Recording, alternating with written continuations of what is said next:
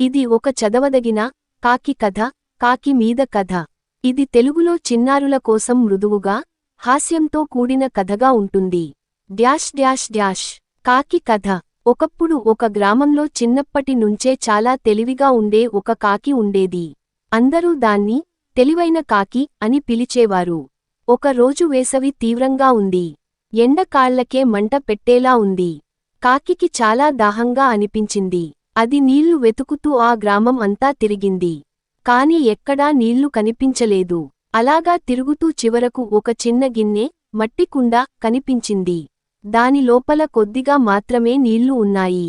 కాకికి నోట్లో నీరు తెచ్చుకొని తాగడానికి చాలా దూరంగా ఉంది.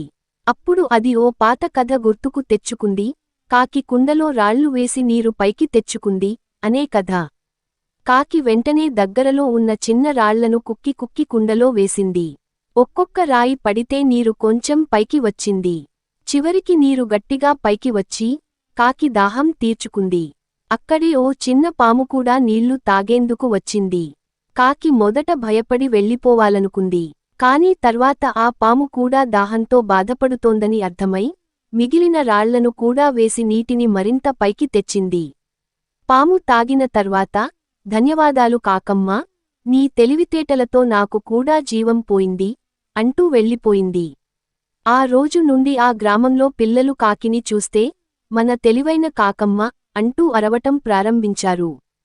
కాకి కూడా పిల్లలతో కలిసి ఆడుతూ నవ్వుతూ కాలం గడిపింది. డ్యాష్ డ్యాష్ డ్యాష్ పాఠం. బుద్ధితో సమస్యలను పరిష్కరించవచ్చు. దయ చూపితే మరింత అందాన్ని చేకూర్చుతుంది. ఇంకా ఇలాంటివి కావాలంటే చెప్పండి.